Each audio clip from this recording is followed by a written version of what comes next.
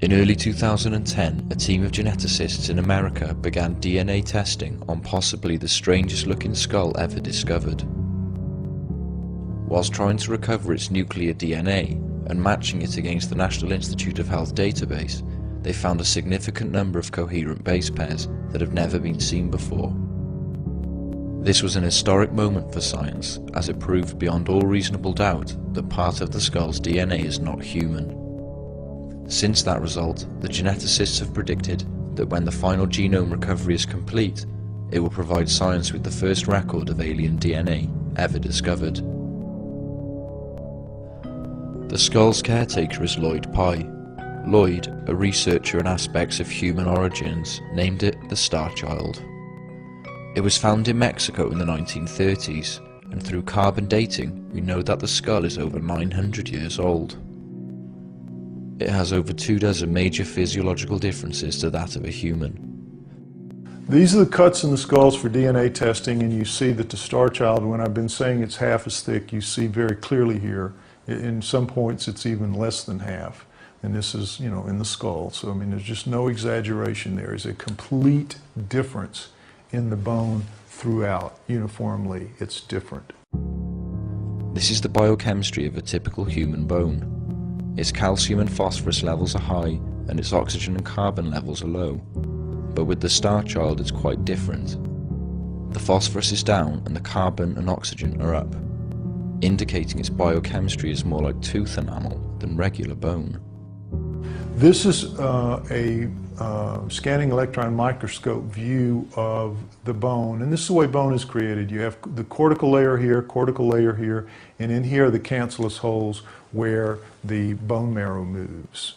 And coming out of some of the cancellous holes, but also embedded in the matrix of the bone, are these fibers, these very durable, strange fibers that nobody's ever seen before. They're in no other species, and we don't really know what they are, but we just know that they're really durable because the Dremel blade that cut this through here did not cut cleanly these different fibers. That tells you they have a high resistance factor to the blade. It lacks frontal sinuses, has smaller chewing muscles, and is missing an inion. Instead, its neck connects on top of its frame and magnum opening, indicating that its neck is about half the size of a normal human neck. And here we see one clearly embedded in the matrix of the bone on the surface. there's just no doubt about it. And you know what science says about this? You probably dropped it on a carpet and it picked up carpet fibers. Really, that is the answer that I get. It has to be just fibers off a carpet or something. This can't be, it really can't be in the world of mainstream science, but there it is. This is a piece of upper right maxilla that was found with the Starchild.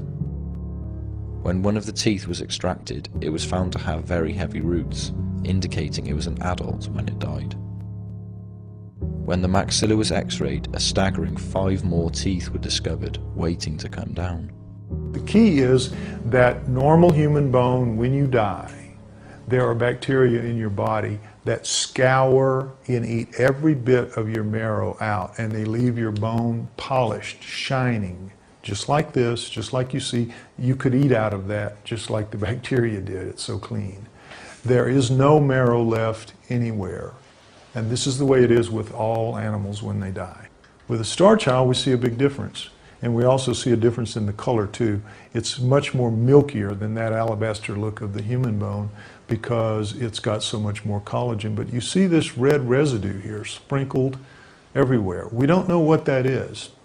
Never seen it before, and it's not in any other species.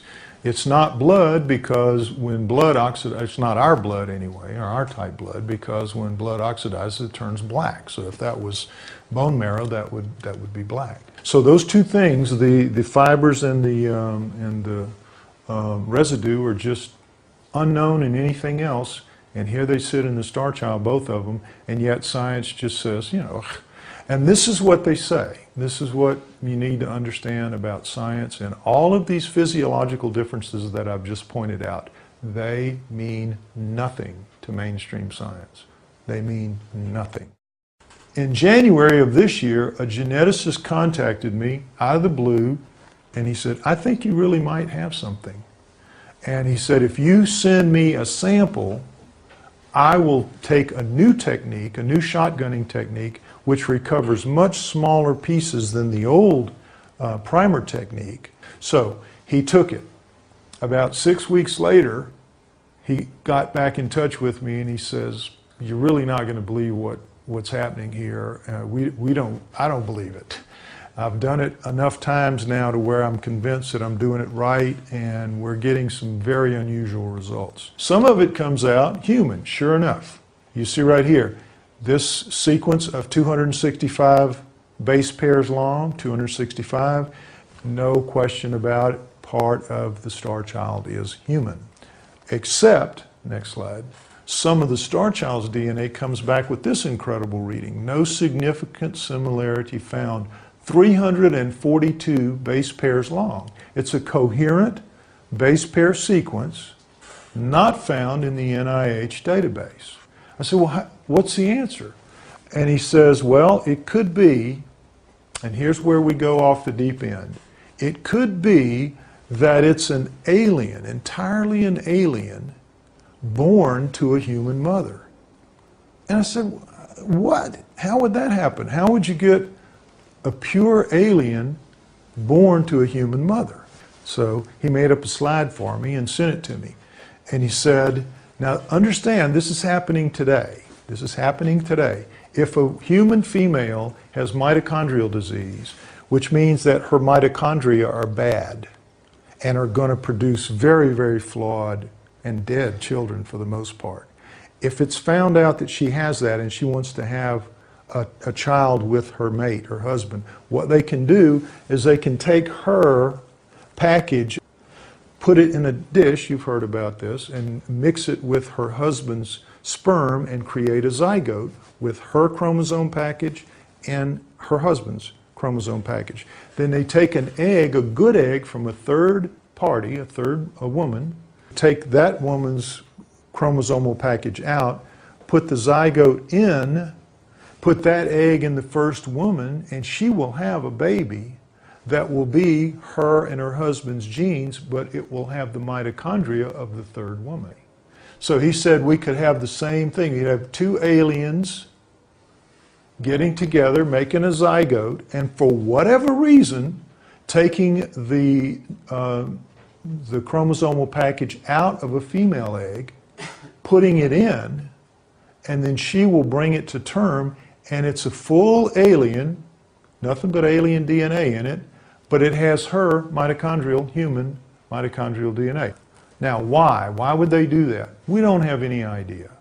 We know this is a radical thing to say. We know that it's going to be met with a lot of resistance because it's going to prove that we don't just have a hybrid between a human and an alien 900 years ago. We have clear genetic engineering, clear evidence of genetic engineering 900 years ago. It's a much bigger pill for science to swallow, and it's also going to cause a much bigger revolution in thinking among everybody because it's going to be very hard to wrap minds around this. But this is where we are. This is what we think we can do. This is what we know we can do. We're now in the process of trying to get the money to start the process of sequencing the whole genome, because when you sequence the genome, at the end of that period, it's only about 3 to 4 months. From the time you start, 3 to 4 months, you have an answer. And you have a general idea of what that percentage is going to be, whether it's 15%, 20%, whatever.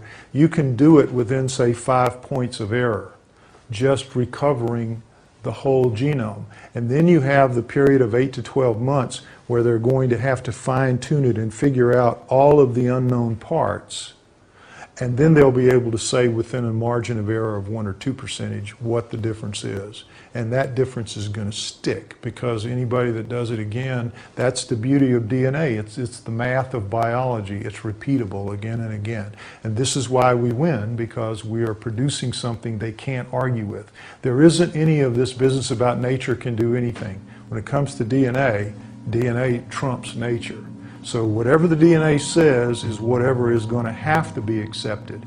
And this is what we think it's going to say.